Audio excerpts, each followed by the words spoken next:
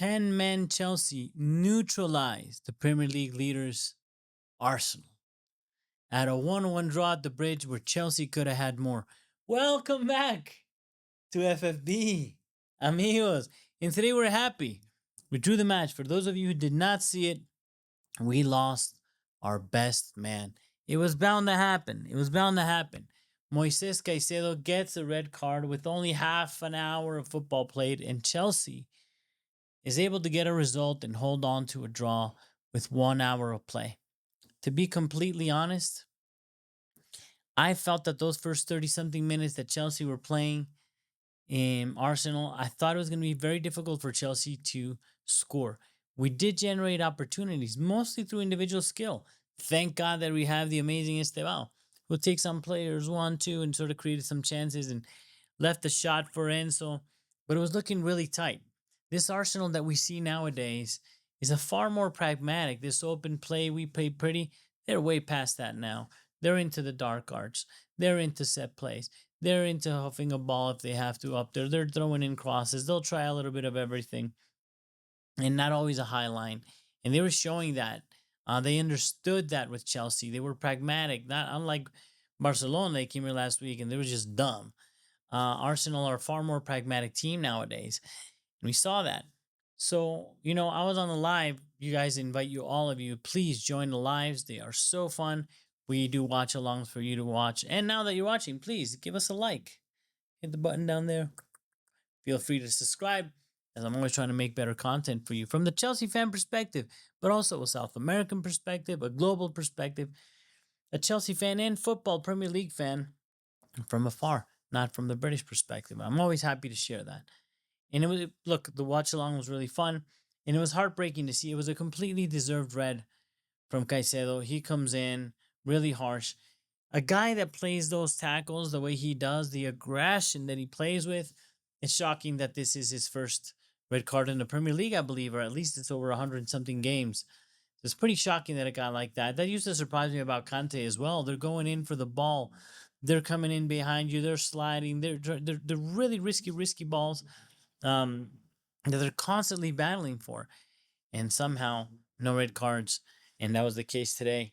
But the day came, and that's fine. And that's fine. And I was happy as an Ecuadorian always to see Moises Caicedo play. And he was playing Piero Hincapié on the other side, which is a player that I really wanted to come to Chelsea. Can play left center back, can play even cover at left back. Exactly the kind of thing that we need. He was in the right age range. He had already done one with Borussia. He already he already played under Xavi Alonso, sorry, in Germany, that when they took that title from Bayern Munich, and it would have been really amazing to have him. And he came in Mosquera and covered at center back. That's where we saw the weakness that we had to exploit. That's why I thought we should have started with the number 9 instead of Joao Pedro. But we went with Joao Pedro, which is fine. He's a very serviceable and good player. And sadly, the Lap is not an elite striker. I think Chelsea, those little differences. Look, I am happy. I am so proud of the team. We got a great result. But I have to call things that I see. If we had more of an elite striker to go in there and sort of muscle, we could have made of a difference. We probably would have started them. This idea that they were going to play with a high line, some people were saying, no, Arsenal are not going to do that against us. They're far more pragmatic, like I was saying earlier. But we started well. We had opportunities. The game changed after Caicedo.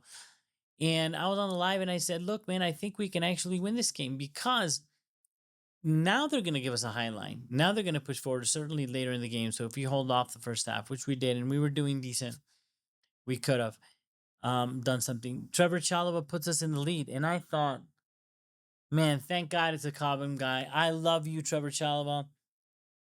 Fantastic little flick.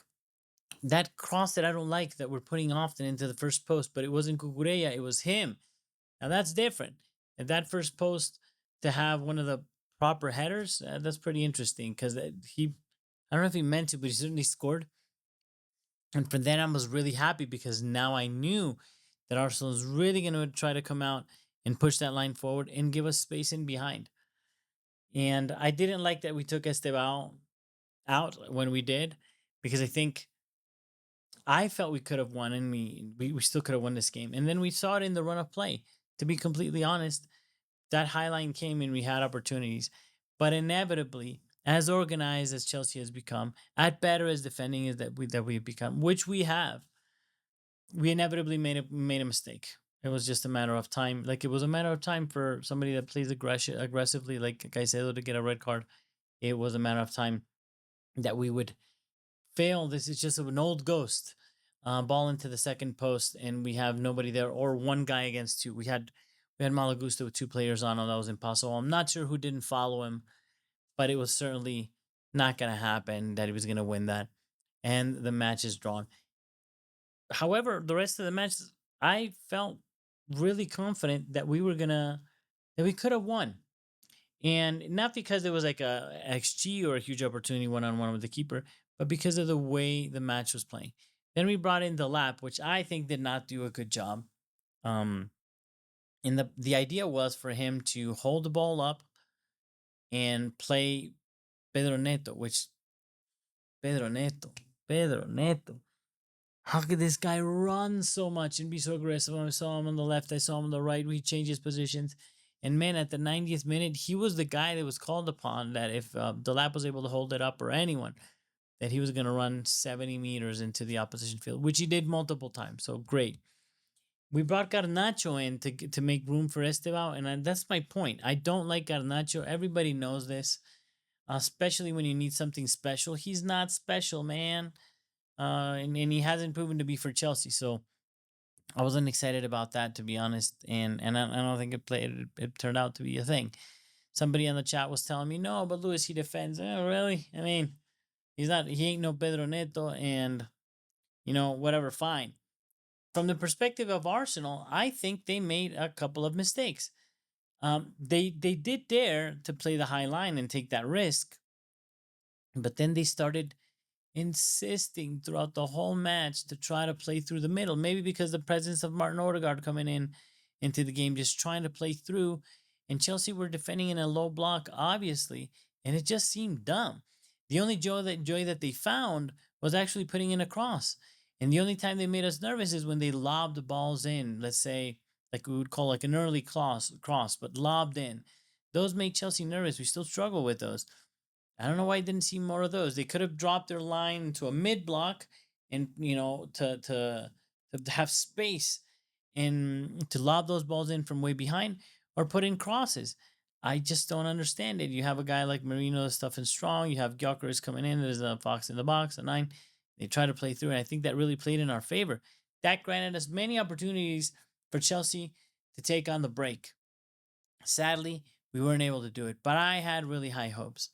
At the end of the day, look, it's a good result. It's a good match. It was a good match. Chelsea played really well, close to keeping a clean sheet. That one distraction cost us, but we defended really well against, not arguably, without any doubt, the best freaking team in the Premier League, a team that just destroyed Bayern 3-1 just a couple of days ago. So I'm very proud of the Chelsea players. I think we did really well.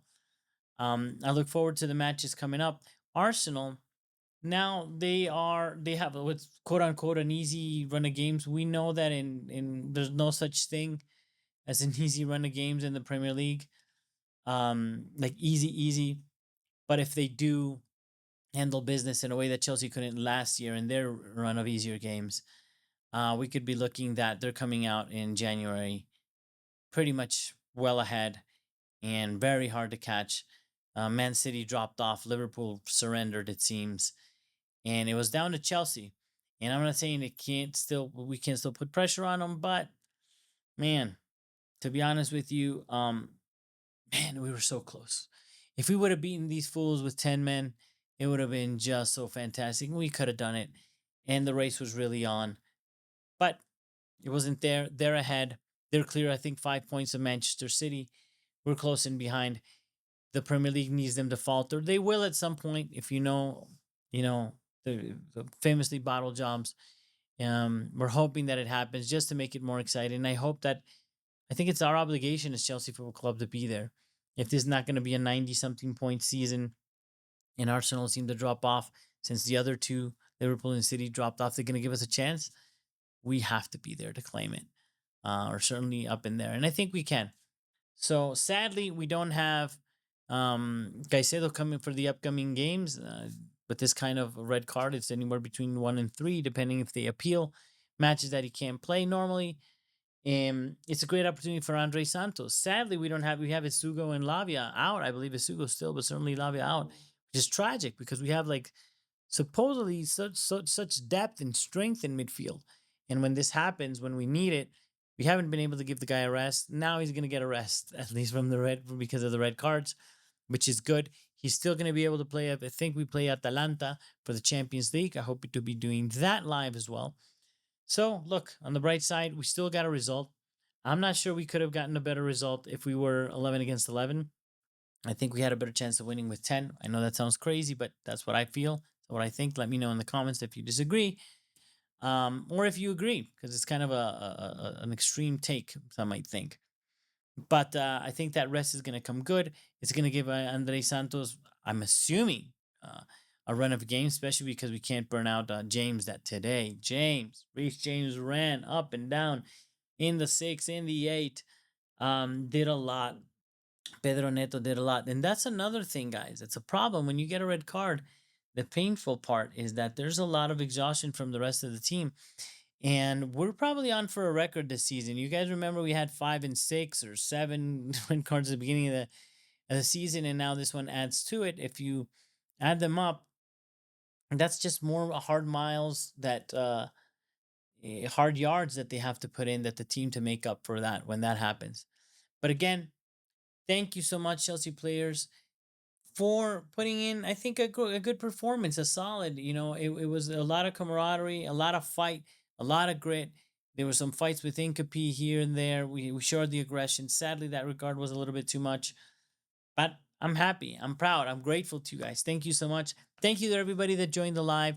And thank you for everybody that is watching now. I will continue to work hard to make the best content possible. And as always, come on, you blues.